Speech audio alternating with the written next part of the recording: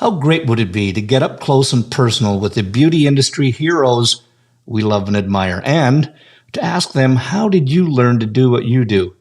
I'm Chris Baran, a hairstylist and educator for 40 plus years, and I'm inviting all our heroes to chat and share the secrets of their success.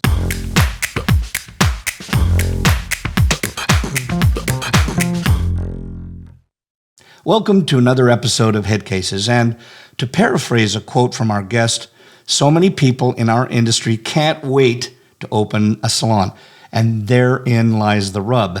They should be looking forward to, as his advice, to opening their own business. That's why I'm so thrilled to chat with today's guest. He is a truth teller to the salon world. Short story, he doesn't give and feed any BS. He's an entrepreneur, an educator, a motivator to salon owners worldwide. As a thought leader with more than 40 years' experience at the top of the industry, he is renowned for giving down-to-earth, practical, and inspiring advice on running the salon of today. He's a former creative director for Vidal Sassoon. He is a best-selling author of the Grow Your Salon Business series. He has been the winner of the AIPP Grand Trophy of the professional press and twice named Australian Hairdresser of the Year.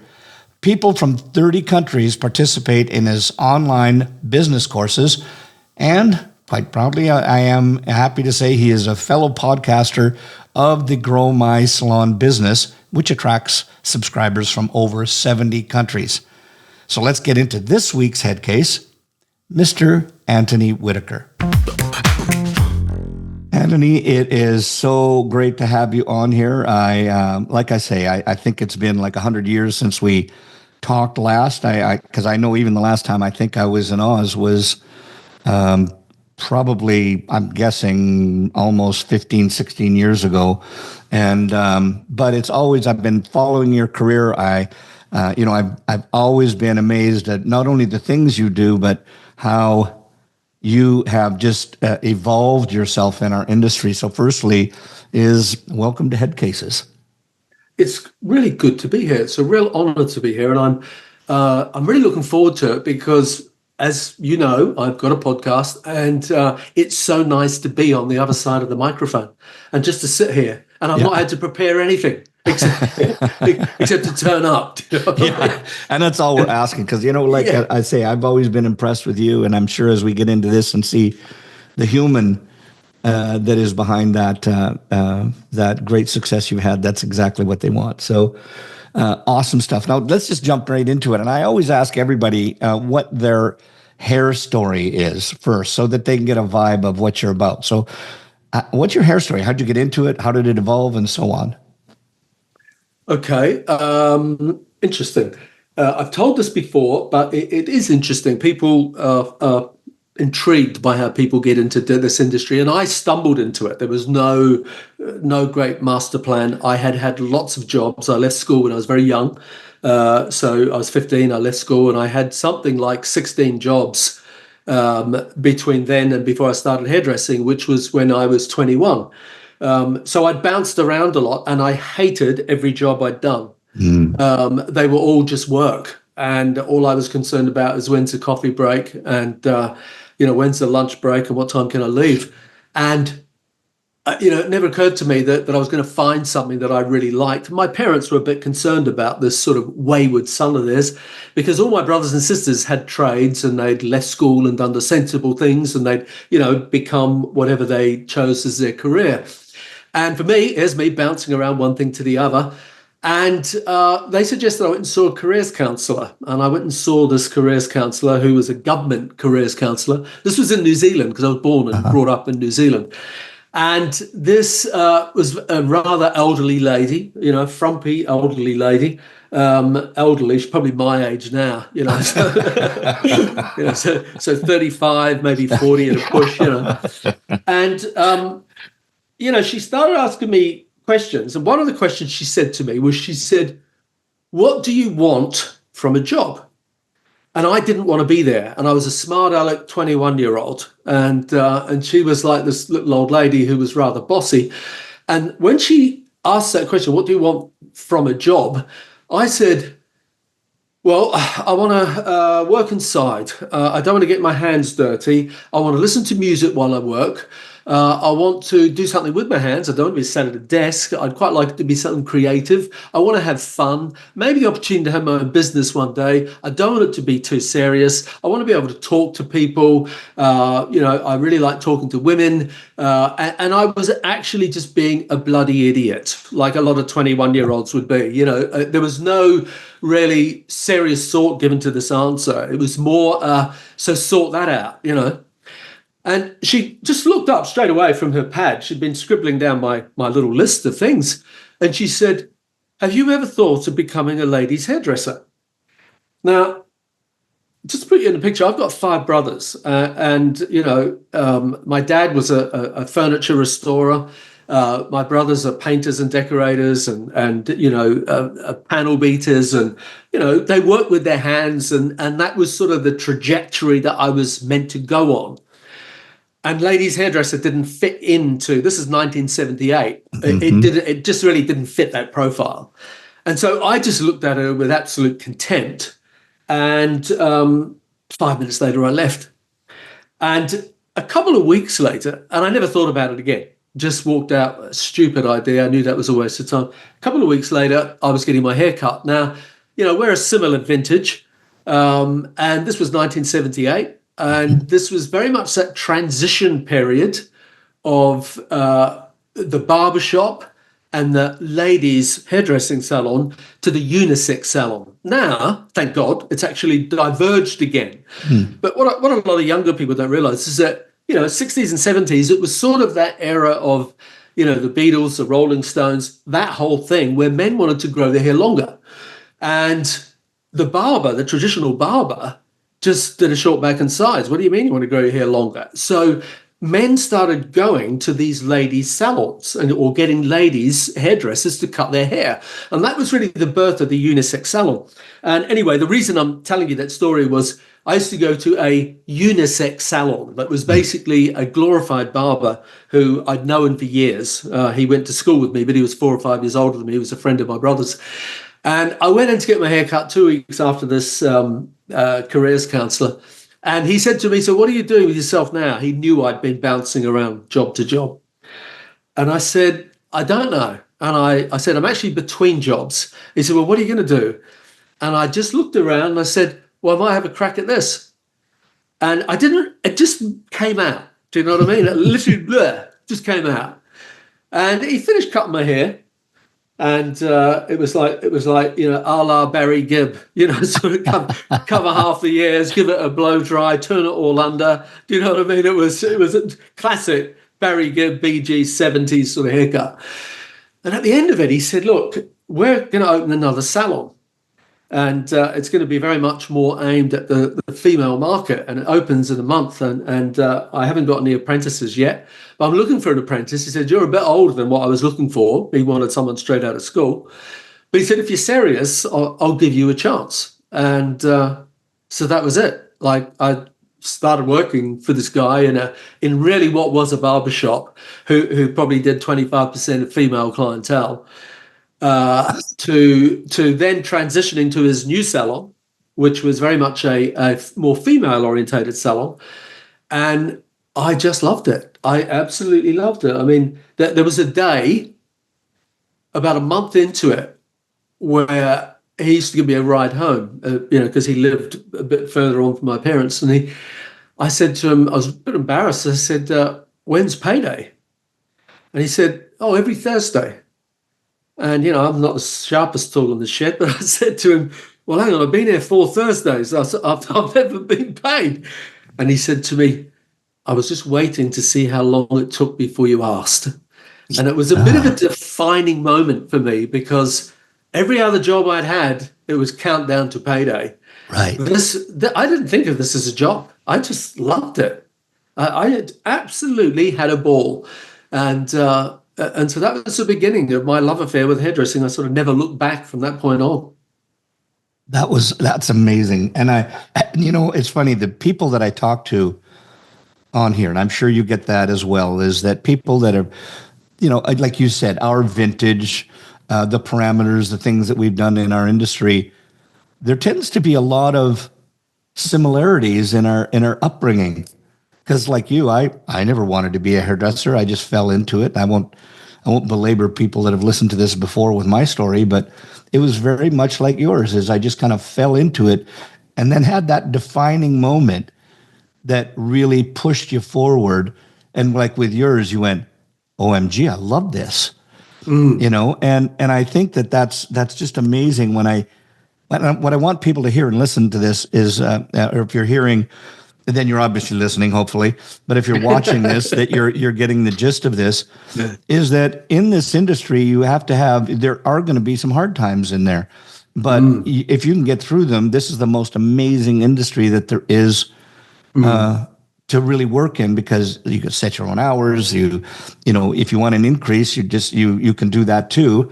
And I'm not going to get into that right now, but that's why I think I love hearing and knowing what you've done in the industry, that the impact that you've made, that other people can do it as well. Now, how did your shift? You went from obviously there, and then you ended up as creative director with Sassoon's, and I'm sure there was tons of education in there, but how did that happen? How did the shift that you went over to being creative director with Sassoon's? And then if you could tell us something about just like what was education like for you, and how was it transitioning from a hairdresser into the education part? Okay. Right, where do I start? So I started hairdressing in the salon in Wellington in New Zealand that I was telling you about. And they used to get a magazine. It was called Hairdresser's Journal. And Hairdresser's Journal, an English publication, is a weekly publication. And that used to come into the salon. And I, probably like you, we weren't, when you look at a lot of young girls or young women and you ask them about, why did you become a hairdresser? Their answer is often, I always wanted to become a hairdresser. I used to play with my dolls and all this sort of stuff, or I was at school and, I used to plait all my girlfriend's hair. And, they had this affinity. They had this thing, and also about themselves, where they were interested in beauty and playing with their hair. And they'd often, put rollers in their mum's hair, all that sort of stuff. I never did any of that. And I'm assuming you never did either. And so, I start working in the salon. This magazine comes in every week, and I start flicking through it. This is the late 70s, and the Sassoon era was, revolutionizing the world of hairdressing in a big way. There was nothing like it before. And I mean, now, all due respect to Sassoon, there's a lot of people all over the world, ex-Sassoon people in a lot of cases, who have gone and, spread the word, so to speak. And so the work that Sassoon do is still exemplary. They never publish anything that you don't look at with a slight degree of envy. You know what I mean? Yeah. But then it was breathtakingly new. It was boundary pushing. And so I'd look at these pictures in this Hairdresser's Journal magazine, and I very quickly started to realize that, Sassoon is where it's all at, that London is where it's all at. I mean, growing up in Wellington in New Zealand, that's about as far away from London as you can get. It's a small city, it's like, and we were in a place they called Nappy Valley, because it was just all young families and, very sort of working class. We didn't have a lot of money or anything. And, like I said, 5 brothers and sisters, 7 of us all together. And so I hadn't been exposed to that at any level, beauty, fashion, women, except obviously my mum, and doing hair. But all of a sudden, and I probably wouldn't have even gotten to ladies hairdressing. The segue was a bit safer because it was like unisex salon, and there was 2 or 3 guys that worked in this glorified barbershop that just made me feel totally 100% comfortable. But I started looking at the work in these magazines that would come in, and I just knew that this is where it comes from. If you're really serious about this, this is where you need to go. And so, I started when I was 21, so I was 22, 23, I got married, and I knew I needed to go to London. So I left New Zealand and flew to London to get a job at Sassoon. And I was actually a friend of mine who I worked with at the same time in the same salon. He also wanted to do it. And we both applied for a job at the same time. He got accepted, via snail mail, and I got a rejection letter. I couldn't believe it, So I flew there anyway. And I went into the head office and asked for an application form, applied again. And again, I got a rejection letter, and I rang up and, I spoke to the HR woman, and I said, listen, if you're going to reject me, I'll come all this way, 14,000 miles. Can you at least see me before you reject me? Can you at least meet me and have a look at my, body of work, etc. I thought I was pretty bloody good. I wasn't, okay? I wasn't. But I were where I was from. It's a small town, not a lot of competition. I obviously worked really hard and was determined to be good at this. And so I was good there. But of course, when I moved to London, there were 20 of me at Sassoon and some. Do you know what I mean? It's like it's a hotbed of a breeding ground of, aspirational young creative hairdressers. So, that was a big leap to move to London. And so, of course, when I get there, and I get knocked back, but then I say to them, can you at least knock me back on my resume, etc. They obviously thought, okay, let him come in for an interview and then we'll tell him to bugger off, you know what I mean? So I went in, I had an interview, and eventually they said, look, we'll give you a trial. So Vivian McKinder, who I know Vivian McKinder was in staff training. And so when you do a trial, you do a couple of models, and Vivian looks at my models, and she basically convinces the owners of the company to give me an opportunity. And so I then have to go into staff training for 6 months and retrain and unlearn all your bad habits and learn to cut hair the Sassoon way. And that's a hell of a shift. I wish I hadn't started hairdressing in New Zealand, because unlearning bad habits is such a difficult thing to do. When you start something with a blank slate and you're just getting told, this is how you do it, this is how you stand, this is how you hold it, this is what looks good, this is what doesn't look good. It really is it's a humbling thing, but I think it builds you with some really solid habits right from the beginning, a really great platform to grow from.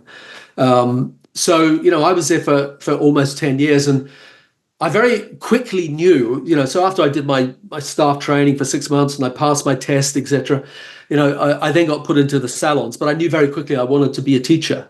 And so I had to wait, 9 months or something, and eventually an opportunity came up in the school, and I went into the school as a teacher. And, there's that expression that people who teach what they most need to learn. I'm like right up for saying that. I'd passed all my tests and stuff, but I still didn't really know what the hell I was doing. Do you know what I mean? And when you have to teach someone else, how to hold it, why you hold it this way, why you over direct it, and you have to articulate to them the reason why, you are teaching yourself at the same time, in a funny sort of way. And so that was a great experience. So, most of my time there, like I say, so the next sort of 8 years, I suppose, was 8 or 9 years, was working in the schools. And, the schools are a tough environment. You're not doing 30-minute haircuts behind the chair, which you were, incidentally, in the salons at that time. I can remember you'd have an 8 o'clock, a 9 o'clock, and a 9:30 just to piss you off.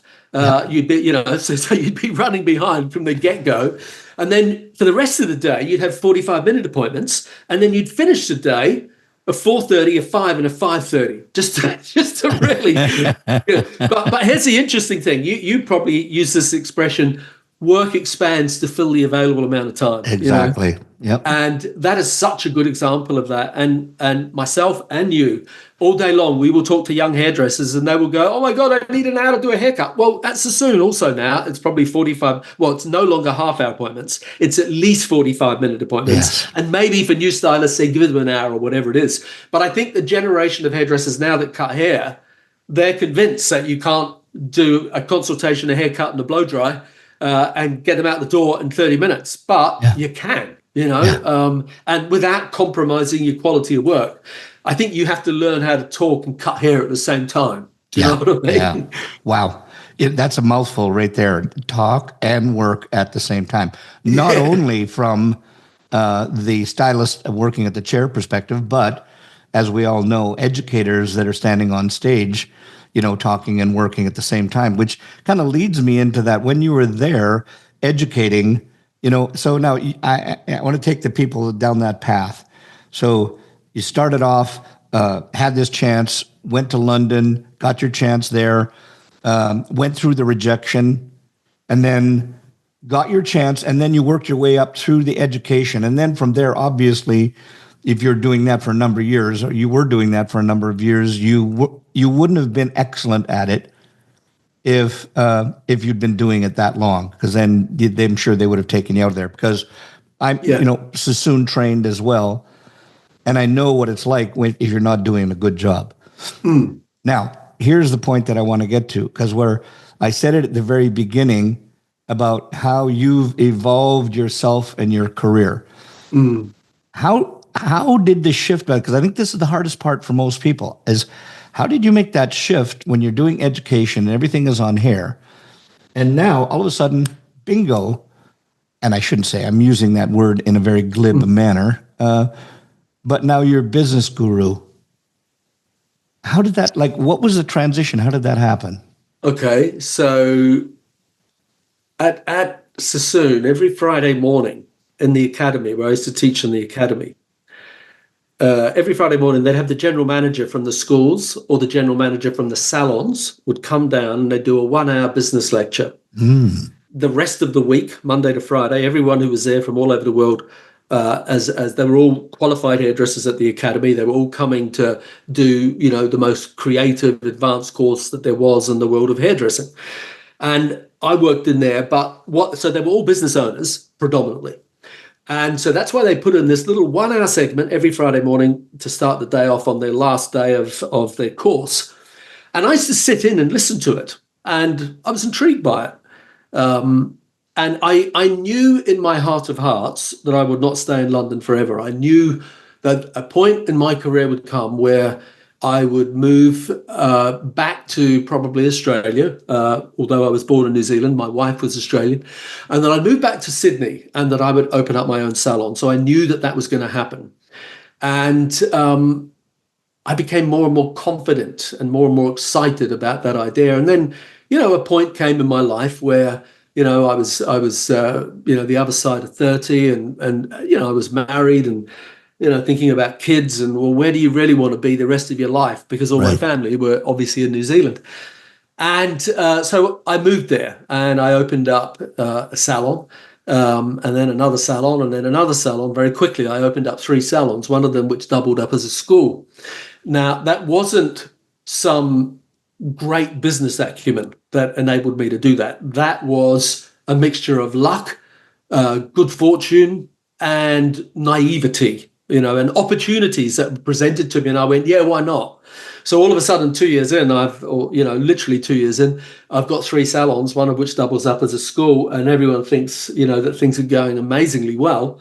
And on the surface, they were. There was lots of money being generated, and lots of staff wanted to work for me, and lots of good things happening.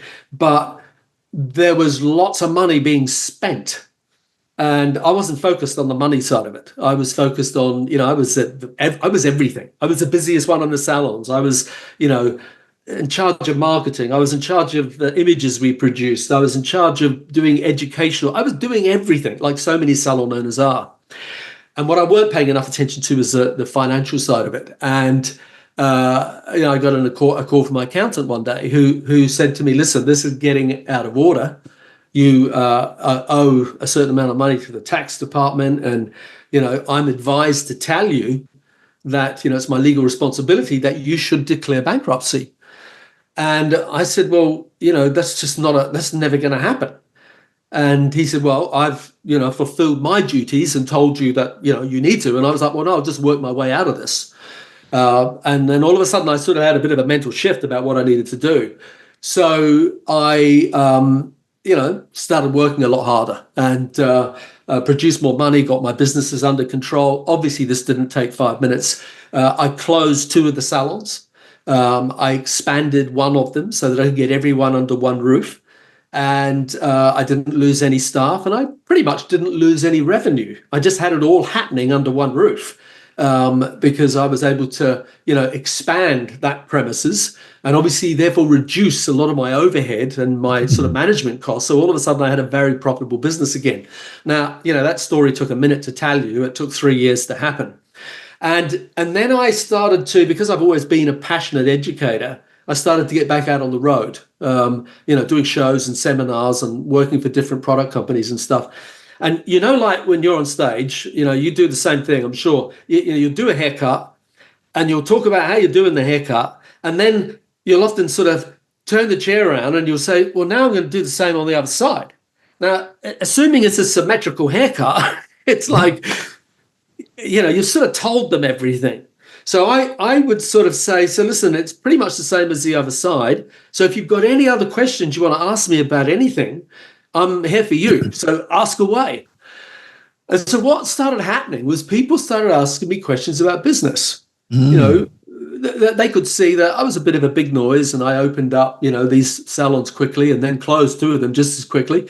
And then, rose from the ashes, so to speak, and was obvious I had a very successful business and, were making plenty of money and winning plenty of awards when I could, instead of my nemesis, Benny Tognini, winning them, who I know you're good mates with. So, it would be Benny and I would sort of alternate between best salon team, best marketing, hairdresser of the year, educator of the year. If it wasn't Benny for a while, it was me, so that was a good time. And I absolutely loved that. I have an enormous amount of respect for Benny. It was just this natural sort of segue where I started talking more about business. And, it was just little things to start with. Like, they'd say, how do you pay your people? Or, what do you look for when you recruit staff? Or, what do you do if your team won't retail? Just stuff that you and I as a salon owner would have dealt with all the time. And people wanted to know my thoughts. So I'd start talking about that. And then one day, one of the manufacturers came to me and they said, we hear that you talk about management. And I was like, yeah, I suppose I do, when I'm doing a haircut. And they said, well, will you do a talk for us? It was actually at Hair Expo. I know you'll be familiar with Hair Expo in Australia. It's like Salon International, but in Sydney. And I said, yeah, how long do you want me to talk for? And they said, an hour. And I said, great. So what? I get a model and I do that and then I talk. No, we don't want a model. We just want you to talk. Now, as a hairdresser, I can talk all day with my comb and a pair of scissors and something else to do. But when they wanted me to stand at a lectern or stand on a stage and stroll up and down with a PowerPoint, maybe, it's like, well, what do you mean? Where's my prop? And so that was a real leap to do that. So anyway, I did it. I talked for an hour about basically I talked about my business and how I ran my business. And they were very happy with what I did. And they said, listen, we love that. We would like you to do that talk all around the country. So, they took me to 7 different cities. But they said to me, but can you do it for longer than an hour? And I thought, yeah, of course I can do it for longer than an hour. Yes, how long do you want? So can you talk about it for 3 hours, sort of make it worth your while? And I was like, yeah, okay, I can do that. And I had no idea how I was going to do it, by the way. But I just, again, sat down and I sort of broke it down into, well, I'll talk about my business. I'll talk about management. I'll talk about marketing. I'll talk about team building. And I'll talk about money. And so that's what the 3 hours were made up of. So I put a presentation together. And every time I did it, it got better. It got fine-tuned and honed and honed. And it sort of grew out of that. So I never had this great master plan to be a business educator. And then I was sort of doing that all over the Southern Hemisphere. And a friend of mine who was in charge of all the sort of education side of events for Schwarzkopf in Hamburg, he asked me if I would work for Schwarzkopf doing that globally. And so, yeah, I was like, fantastic. I'd love to do that. And it's still at that point in time, it was, and still do some hair. And so I sort of had that as my safety net. But I very quickly realized I wanted to let go of the hair thing. And that's part of that evolving thing, having the courage to let go and push the boundaries and try something else. So, I was living in Australia, but I was commuting from Australia to Europe, and one year I did it 6 times in 1 year. Now, if you've flown, that's you know what that flight's like, 25 hours, and throw in some airport standing around time, it's easy 30 hours, and you've got some major jet lag either end. It's not good for your body, etc. So, I did that 1 year 6 times, and it was obvious that I either needed to give up that gig or I needed to relocate to Europe. So at that point in time, which was 2024, I decided to relocate with my new wife because I had remarried. I got divorced, remarried, had another 2 kids. So I got 4 kids in total, and moved back to the UK. So I moved back to the UK with my wife and 2 daughters. And, at that point in time, sort of positioned myself as this business guru through Schwarzkopf. So Schwarzkopf would drag me all around the world doing business events. And that was great. It was a fantastic time. I did that for a few years. And then we're doing it independently for a couple of years, and then started doing it with John Paul Mitchell Systems in the US. And that was fantastic. And then COVID came along and kicked me right in the ass. Do you know what I mean? Because that whole thing just dropped like a ton of bricks. But fortunately, I was already evolving into the next thing, which was online education. Yeah. And so even when COVID happened, I had already developed my first online course. So it sort of was just perfect timing in lots of ways. I bet we have something in common. I have this love-hate relationship. I hate paying for something that I'm not using. I hate working in a small, cramped box. Yet, I love working in a cool salon that impresses my clients, and I love the culture and synergy of a team while enjoying the freedom of being my own boss. You too? What if all that was available to you at the salon you rent from?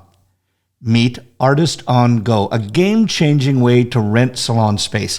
With Artist on Go, you only pay for the time you're behind the chair. You can choose a salon that fits your vibe, location, and amenities. With Artist on Go, you're a part of a stylist community, not hustling alone. Plus, you get to enjoy perks like clean towels and back bar supplies.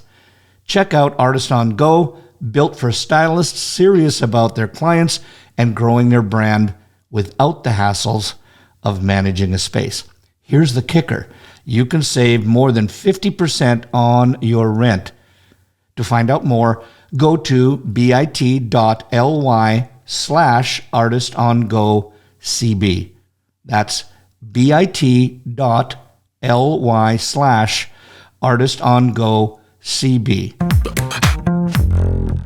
Well, that's amazing, and there's a couple of things that I really gleaned from what you said, Anthony. Was number one is the is the evolving, and sometimes you just got to recognize when it happens, and then the other part. What I loved that you said was that everything that you did had sort of a bit of that love, that luck, and naivety that goes along with opening the salon the first time. And, I think we'd both agree that somebody saying that we paid particularly attention to the education. And I heard you say that not only were you behind the chair, you were in charge of education, you were in charge of marketing, you were in charge of getting the staff organized, et cetera, et cetera, et cetera.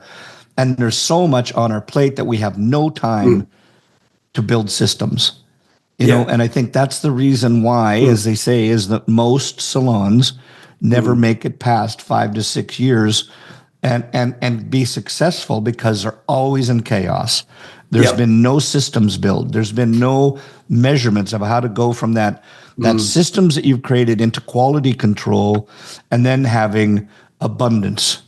So tell me, and I noticed you talking, and I heard you say them as you went through them of what you did and started to talk about. It sounded like those were a little bit about the pillars that you talk about all the time. Oh, totally. Yeah, absolutely. So could you tell us a little bit, what are those pillars, and why do you think that they're so essential for each? And that might take a 3-day program here, but if they could even know what those pillars are. Yeah. I'm going to go back a little bit to go forward, Yep. okay? Because I think this is an important element to the story, to my story, and it is that I glossed over it before. I said, so I got this call, and you need to bankrupt yourself, and I'm not going to bankrupt myself. I'm going to roll up my sleeves and dig my way out of this. I was 33, 34, something like that, and not afraid of hard work. And I was fully booked all day, every day. And I had 45-minute appointments. And we were open 3 late nights. And between the 3 salons, we were open 7 days a week. And so I thought, well, I can produce. But the accountant said to me, you are going backwards to the tune of about $3,000 a week. And, $3,000 is a lot of money now. It was a ton of money then. Mm-hmm. But I knew that I could generate that behind the chair.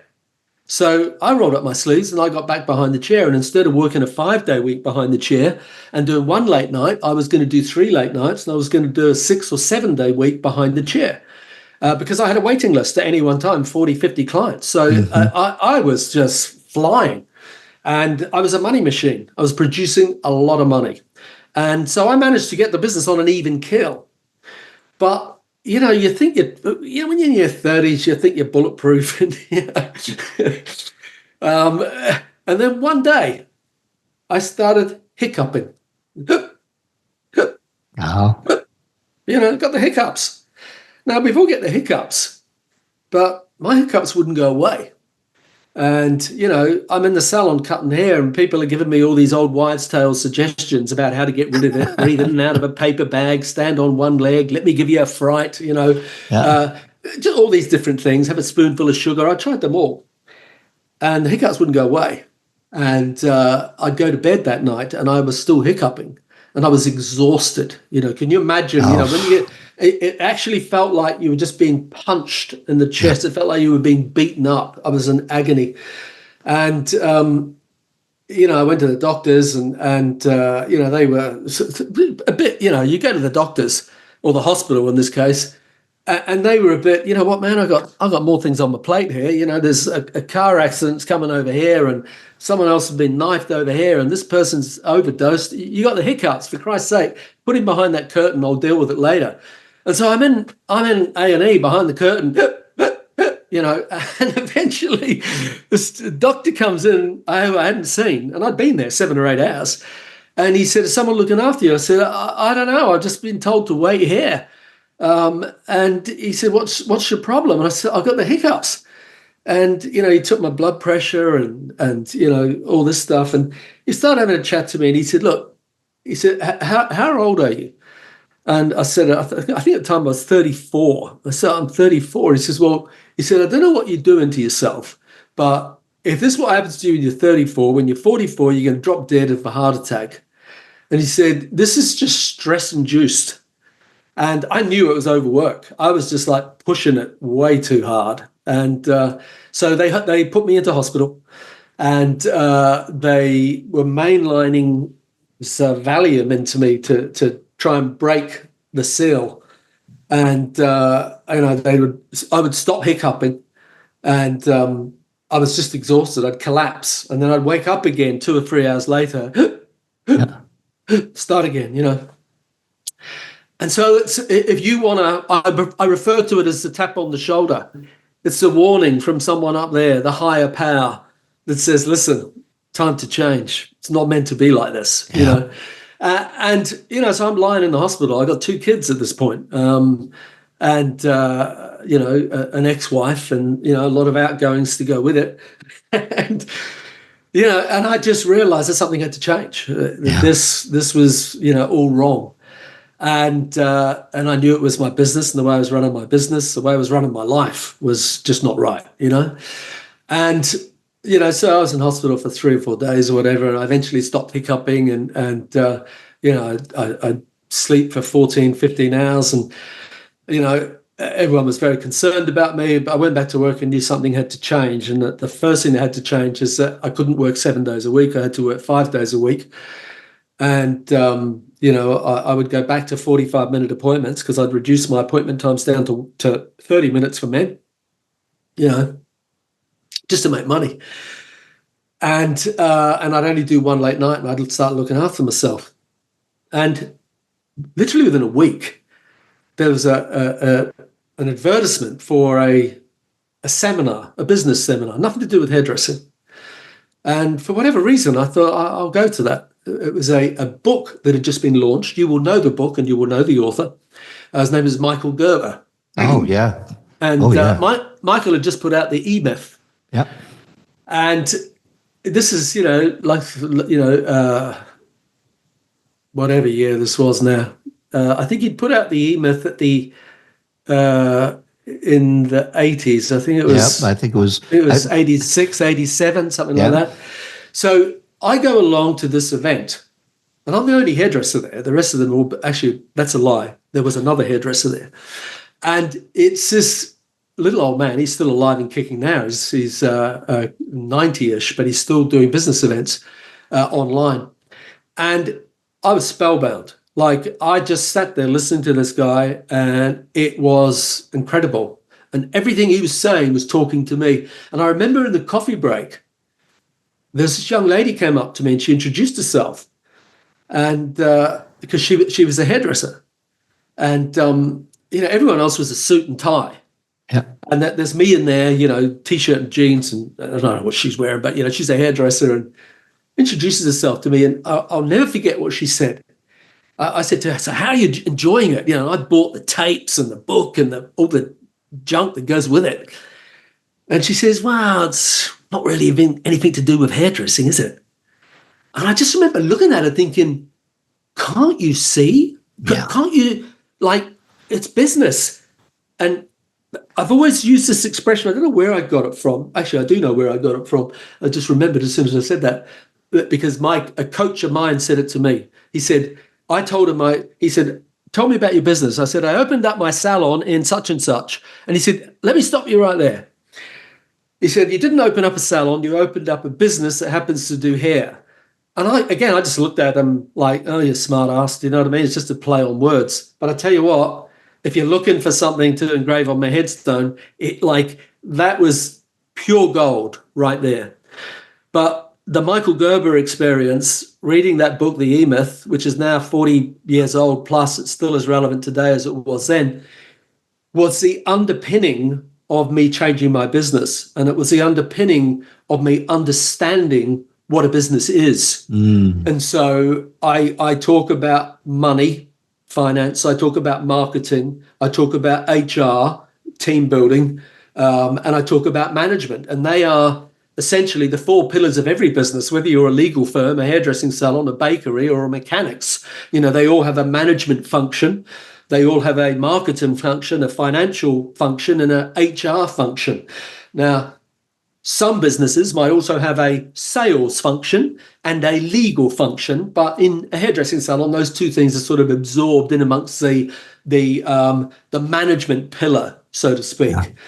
So, he was very much my mentor in the early days. I mean, he is San Diego based. I was Australia based, but even then he would come out there every year and do seminars. I'd always go to his seminars and buy all his videos and tapes and do all his courses. And his teachings were the foundation of me thinking about business in the way that I now think about business. Because see, that's the thing. We don't have that background. I told you I left school when I was 15. I mean, the only certificate I've got is swimming 15 meters in the local pool. That was it.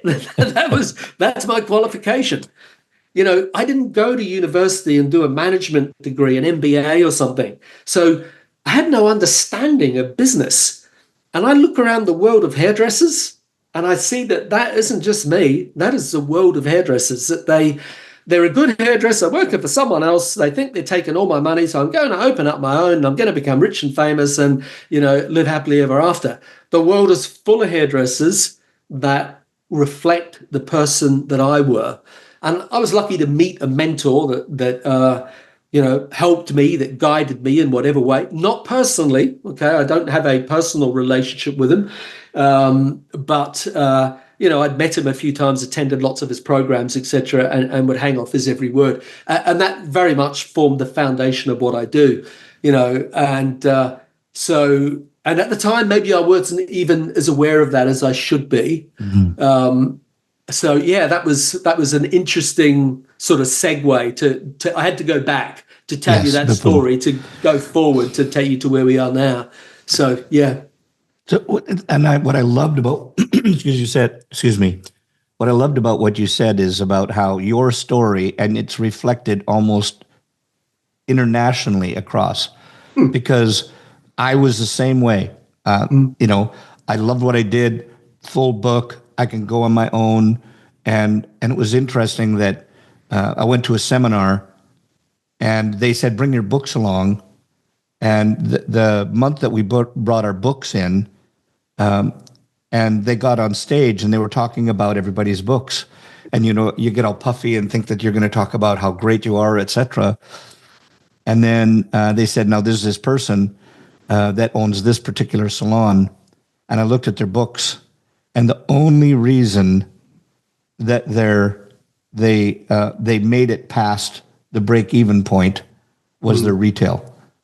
So, you know, it's, and that gave me a hook on, it is about numbers, you know, and the moment that you start to understand your numbers and how you can predict where you're going to go to a degree, Yep. and keep yourself from falling into that category of the business failing.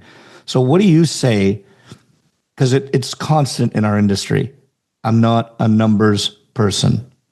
What do you say to them? Well, I get quite brutal when I hear that. Do you know what I mean? I have two different. I have the hard-ass approach, Yep. and I have the more softly seductive approach. The more softly seductive approach is, come here, let's just go to the back room for a minute, and we go in the dispensary. And I say, what can you see? Oh, tubes of tint. What's written on them? Numbers. What's this? Oh, it's a bottle of peroxide. What's written on it? Numbers. Like, you know, oh, what's this over here? It's a 10-minute color. Okay, so more numbers, you know. And then I say to them, listen, it's not that you're not good with numbers. You choose to be good at the numbers that interest you. And just like you learn the numbers of hairdressing, you can learn the numbers of business. So when you were at secondary school, if someone said to you, you know, shall I use 10 vol on this or 20 vol? You know, shall I use a 12-9, or I'm just making these numbers up, by the way, you know, or a 10-83, you know, you would have looked at them like they were a Martian. But you became a hairdresser, and somewhere along the line, you learned to understand the numbers that are in hairdressing now. And so you will talk about those numbers like with the greatest of ease. And if you go to your accountant and you say to your accountant, am I a depth of a level 5 or a level 6? They've got no idea what those numbers mean. If you say to them, should I use a 10-3 or a 10-5, you know, to take the ash out of this blonde, they haven't got a clue. See, we're good with numbers, but we're good with the numbers that are appropriate for us to use within hairdressing. And just like we learned the numbers of hairdressing, we can learn the numbers of business. And the numbers of business are not that complicated. I think there's a lot of fear and a lot of ego attached to it. And I promise you, if I can learn to understand the numbers in business and you know, navigate my way around a profit and loss and all that sort of stuff, then anybody can if they've got the right person teaching them. Yeah. And I think the key word there is if you got the right person teaching you so that you understand. Yeah. Because I think we've all had people that I know I've been to accountants. I remember when we first started off, and I'd go to visit with the accountant and bring in your shoebox full of receipts, give them to him. He did his report. You would go in, and then all I heard was gobbledygook. It was like when Peanuts' teacher was talking, and I'd hear wah, wah, wah, wah, wah. And he was trying to teach me, but I didn't understand anything that he was saying at the time. So I think that's the biggest key is, and why I love what you said of having mentors that can teach you to a point where you truly understand. And then, and only then, can you help to direct the success of your business. Success, whether you're on one person or whether you have like 100 employees. Yeah, exactly. So while we're talking about that one, I'm not sure what it was like in when you're in Europe or New Zealand, but here in the U.S. Years ago, if you said the word independent booth rental, that And please, that whatever I'm saying here, I'm not saying if anybody listening is independent booth rental, I'm not nothing bad about you. All I want you to say is this. If you would have said independent booth rental years ago, everybody would have said, well, what's that? What is that? And now fast forward today, I did a little numbers research the other day, and they said that 20 to 25% of people hairdressing in the industry, and this was 22, 23 numbers, said that they've moved from an employee to a rental mode. What do you say to that MO of thinking? Is I'm going to go to a booth because I'll make more money? In some cases, they will. Yeah. And I always think it's important to acknowledge that. Is it right for and so for some people, it's right. It's another business model. And some people have the motivation, the self-discipline to get their sorry ass out of bed and get in there, whether there's a client booked in or not. And they have the self-discipline and the motivation to get on top of the skills of running a business, even though it's a business unit of one. You've still got to pay tax, and you've still got to, buy inventory and, pay bills and all that sort of stuff. So it's an interesting sort of, a training ground for a lot of people to potentially go on to something bigger. And some of them do. It's interesting that it's very much affecting the middle of the industry. If you were to go, this is the top end and this is the bottom end, or the value end, this is the premium, the high price end, this is the budget or the value end. And I want to make it really clear, there's nothing wrong with being at the value end. Right. So if I talk about businesses, and if I use some big brand names like Supercuts, and I'll just use that as a brand name because everyone knows of Supercuts, right?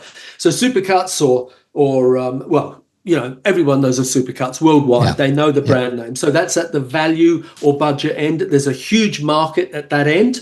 And I've worked with a lot of people who own Supercuts franchises and stuff, and they're incredible people, got incredible business minds on them, yada, yada, yada. Now, at that end of the market, it's not a booth rental thing happening. It's very much an employee business model happening. Okay, an employer business model at the value, the budget end. So, and I'm not just talking about the chains like Supercuts or Sport Clips or all of those sort of chains. It's not just the chains. You can walk into any local shopping centre, shopping mall, strip centre, whatever it is, and there will also be that little independent salon with maybe a couple of staff that also is at that budget or premium end. So it's not happening at that end of the market. Now, if we look at the top end of the market, and we call that the luxury end of the market, the premium end of the market, well, by and large, it is not happening at that end of the market. Now, that's partially because, if you talk about those salons that are really luxury salons at the top end of the market, the clients who go there, they want that luxury experience. That they are going into a salon that they expect it to look like their home or their Bentley or their apartment in the south of France, or in some cases their private plane. Do you know what I mean? They want luxury.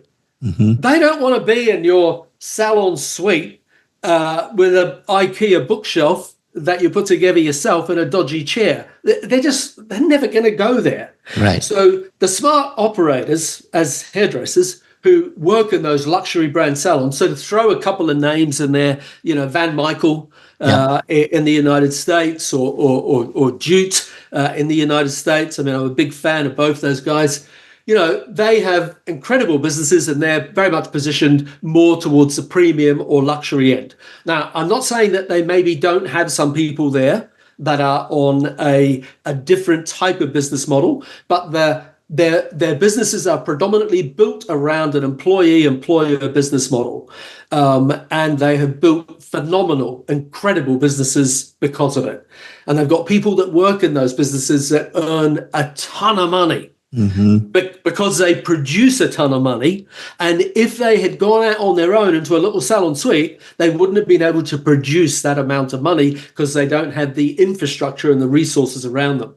So top end of the market, it's not affecting that much. Bottom end of the market, it's not affecting that much. Middle of the market, oh my God, it's carnage, isn't it? Yeah. Like middle end of the market, the last 10, 15 years has just been awash with salons changing the business model from employee-employer to a rental model, whether you call it, and there's lots of names for this, that essentially all mean the same thing. Whether we're talking about self-employed, independent contractor, freelancer, business unit of one, chair renter, booth renter, suite owner, you can throw all the fancy words around it to make it sound different or better, but it is what it is. It is a business unit of one. And there's nothing wrong with that for some people. My God, I would never, as a client, be a client in that sort of business. I would never want to work in that sort of business. I can't imagine doing that for 30 years by myself. But maybe that's part of the gig, that they just are in this industry for 5 years and wash through to be something else. So I don't know. So, it is one of the things about the industry that saddens me without a doubt, because it is changing it. So I'm going to, on one hand, because I hate it when, I'm just trying to bring to it a perspective that comes with having been around a while. And it's easy for a 25-year-old listening to this to go, okay, boomer. Do you know what I mean? I mean, I'm unapologetically a boomer, right? Yeah. But the industry in the 80s and in the 90s, there were lots of things wrong with it. But, oh, my God, it was a fantastic industry. Oh, yeah. It was rife with opportunity and brands being built. Bigger brands, whether you're talking, Sassoons and Tony and Guy, or you're talking Van Michael and Jute, and, bigger brands that give people incredible careers and invest a lot into training their people ongoing, and build this great culture, this incredible culture. And I miss that, that a lot of those salons have disappeared. And, the two I reference, I know the majority of your audience will be American-based, so the majority of them will know who I'm talking about when I say, Van Michael and Jute. I miss the fact that there are not more of those businesses now. There obviously are still plenty, but it is being eroded by people wanting to be self-employed. And it might be good for some of the individuals, without a doubt. I'm not saying that some of them aren't going to earn more money. Some of them do. Some of them don't, without a doubt as well. They don't, and they want to come back and become working in an employee-employer-based model. But I do think it's a shame that that's happening to the industry, because I think in a lot of ways it's brought the industry as a whole backwards. Yeah. Yeah. And just to that point, I love what you had said earlier about that you were talking a unit of one. And remember, just like when you were behind that chair trying to rescue your salon and working ungodly hours and wrecking your body over trying to make that happen, that's the only, if you're in a unit of one, you can only make the amount of money that you can base it's hourly based, what you can earn per hour. And I even find too that I talk to a lot of independent people in booth rent, and I want to make sure that I'm not insulting, I think, because now we call it just independent salons versus booth. However, I'm noticing a lot of them are bringing on, and they're starting to bring on, I'm bringing on somebody to help, I'm bringing on an apprentice. And you can start to see the shift that they're seeing. If I want to make more money than when I can earn on my own, I need to have other people around me, in which case brings us right back to that systems again. And I want to head into our rapid fire stuff here in a minute, but I know that once we hit the end, I want everybody to keep listening or watching, because I want you to be able to tell when we're finished with that how they can get a hold of you to, because you've been the author of 4 successful books and you have training courses on how to help people with their businesses. And I want them to listen into the end just so that you can give that information. Cool. But right now, I just want to jump into our rapid fire stuff. I'll Yep. throw out stuff. You just, whatever comes to your mind. Okay. So, Anthony, what turns you on in the creative process?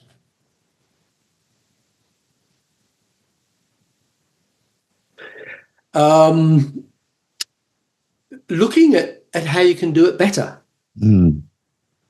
And what Yeah, stifles? Oh, sorry. Go ahead. yeah, no, that was it. I was just going to repeat it. You're looking at how you can do it better, whatever Right. it is. It's like asking that question when you finished it, how can I do this better? You know? And what stifles creativity for you? What stifles creativity? Arrogance, ego. Oh, bingo. In life in general, not necessarily our businesses, but in life in general, what do you love the most?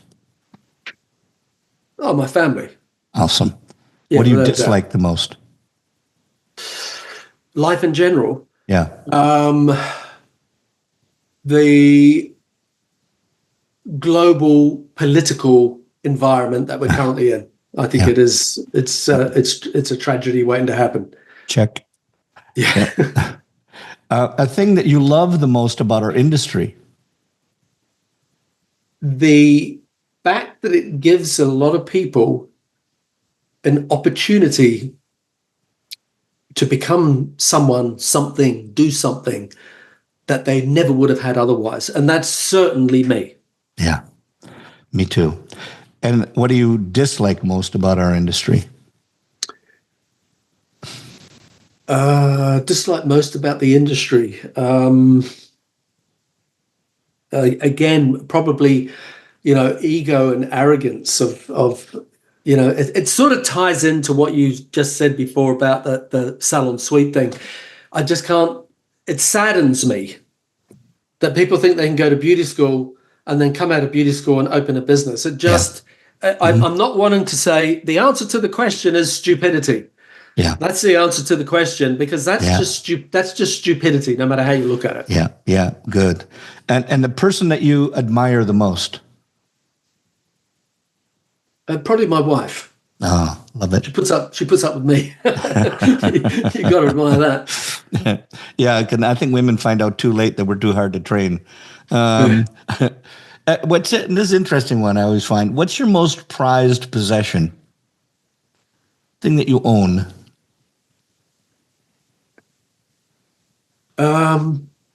What's my most prized possession?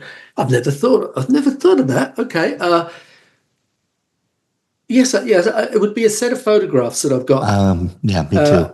A set of 4 photographs that were from the movie The Piano. Did you ever see The Piano? Mm-hmm. I can't remember the name of the guy who has the lead role in it, but it's a fantastic movie, and it was shot in New Zealand, where I was born. And a client of mine did the photography for the movie, the still photography. And I happened to go into her darkroom one day and see these images, and they were stunning. And she asked the photographer who if I could get a copy of them, and I had to pay for them, but I got a copy of these 4 beautiful artwork images, just stunning. Everyone who sees them just stops, in their tracks. Anyway, sorry, I know this is meant to be rapid fire. No, that's fine. It's perfectly fine. A person, living or dead, in our industry or not, that you wish you could meet? The Dalai Lama.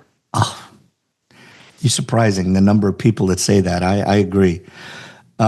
Here's interesting. Something that people don't know about you. I don't. Okay, so a lot of people don't know about my background as a hairdresser. Yeah. I very much let something go and move into the next phase of my life. So people often say to me, you have to tell them this, you have to tell them that. Why don't you talk more about your time as, creative director at Sassoon or whatever? It's the past, it's history. So a lot of people don't know that about me, that I was very much into the creative side of the industry, and I morphed into this other side of the industry. Love it. Month off, where would you go? What would you do? New Zealand, see my family, brothers and sisters. Haven't seen them for a long time, and could do with a trip back there. So yeah, I definitely do that. Nice. Thing that terrifies you? The global political scene. So Favorite, that's taken up two of your questions. favorite curse word? Oh fuck, I don't know. I've got no idea.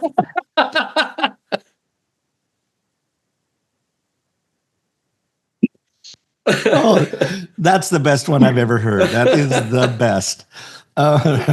Favorite comfort food? Mac and cheese. Something in the industry you haven't done, but you want to.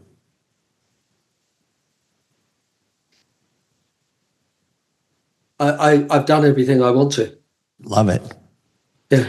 Okay. Now I won't take the answer of if I didn't do that, I wouldn't be here today. So I won't take that answer. But if you had one do-over, you could have done something different in your life. What would that be? Oh, that's easy. I had an opportunity when I was at Sassoon, towards the end of my time there, where Christopher Brooker, who was one of the owners of the company, he wanted me to go to San Francisco and be the creative director in the San Francisco salon. And I was like, no, why would I want to do that? You know, I'm in London. It's the center of the world. You know, I had, you know, so there's that, but that is equal with the other one, which is a similar thing. And that is, I wished, as much as I loved my time at Sassoon, I wished I didn't go from Sassoon back to Sydney and open up a salon without first going to Paris and living and working in Paris for at least a year to develop and understand a completely different beauty aesthetic. Yeah. Because the Sassoon beauty aesthetic runs through, you know, it's the blood that runs through my veins. But, you know, I love what the French, what the Italians do, and I would love to have had to do that. I would just love to have done that. So, yeah. That's awesome. Now, I've got one more question for you, but just before we get to that question and wrap it up, if people want to know about more and want to get a hold of your books, because you're an author of these amazing books, Grow, and where do they go to get a hold of you, or if they want to have you come in and teach, where can they get a hold of you? Okay, I'm everywhere at Grow My Salon Business. So my website is growmysalonbusiness.com, Instagram, Grow My Salon Business, Facebook, Grow My Salon Business. You know, anywhere that there is stuff happening, I'm at Grow My Salon Business. So I'd probably suggest people go to the website, growmysalonbusiness.com. Beautiful. And from there, you can see the range of stuff that I do, whether it's, you know, books or seminars or keynotes or online courses or whatever. Beautiful. Thank you. All right, last question. Here we got it coming home. Okay. If you had one wish for our industry, what would that be?